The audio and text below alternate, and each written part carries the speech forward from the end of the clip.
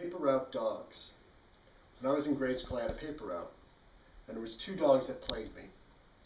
One dog was this little, fat, tiny thing that looked like it was part beagle, and had a skinny tail, so it might have been part rat as well.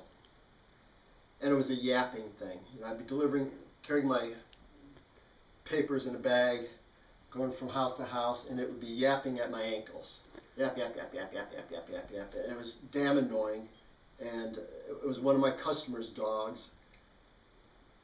And the dog's name was Sweetie. I couldn't even stand the name of the dog. Who would name a dog Sweetie? And his dog wasn't sweet. It just yapped. So one day, I'm sitting on my side porch,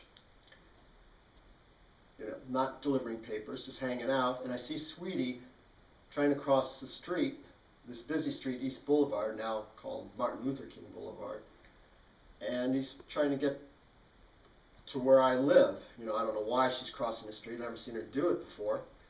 And so she's crossing the street, and a truck runs over her, but doesn't kill her, just runs over her because Sweetie was so short. The bottom of the truck just clipped the top of her back, and Sweetie started rolling. So as soon as the truck passed over her, Sweetie jumped to her feet and ran back home, basically unharmed. And I'm looking at this and I'm thinking, that is one lucky pain in the ass dog. Now, the other dog that plagued me was this stray German Shepherd. And I didn't see it very often, maybe every 2 or 3 weeks.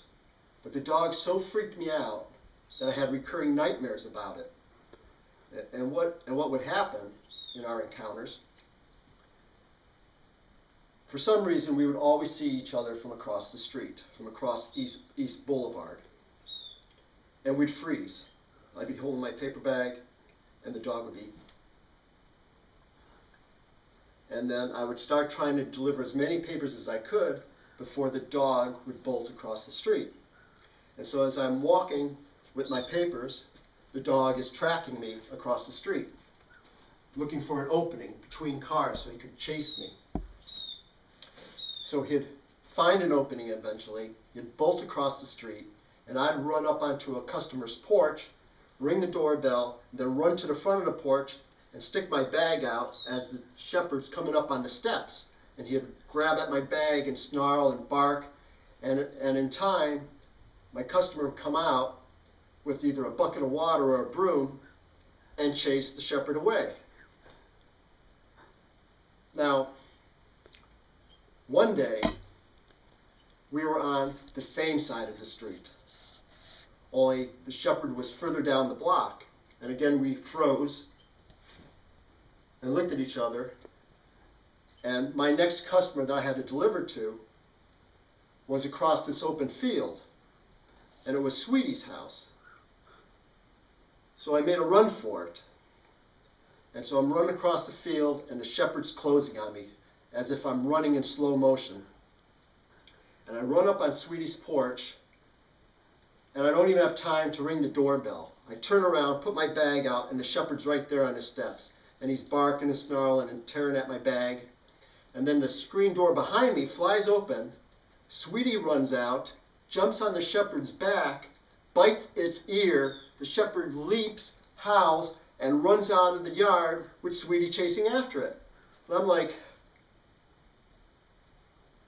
and then Sweetie comes trotting back all happy, climbs the steps, sits down in front of me, looks up at me, and I'm like, good doggy! You are a brave little doggy, aren't you? You're my little Sweetie. And Sweetie rolls over onto her back, and I'm rubbing her. Oh, you like your belly rub, don't you? Oh, you like your belly rub. So anyways, Sweetie did such a great job chasing away that shepherd, I never saw it again. And she not only chased it out of the neighborhood, somehow she chased it out of my dreams as well. And Sweetie and I, from that moment on, we were the best of friends.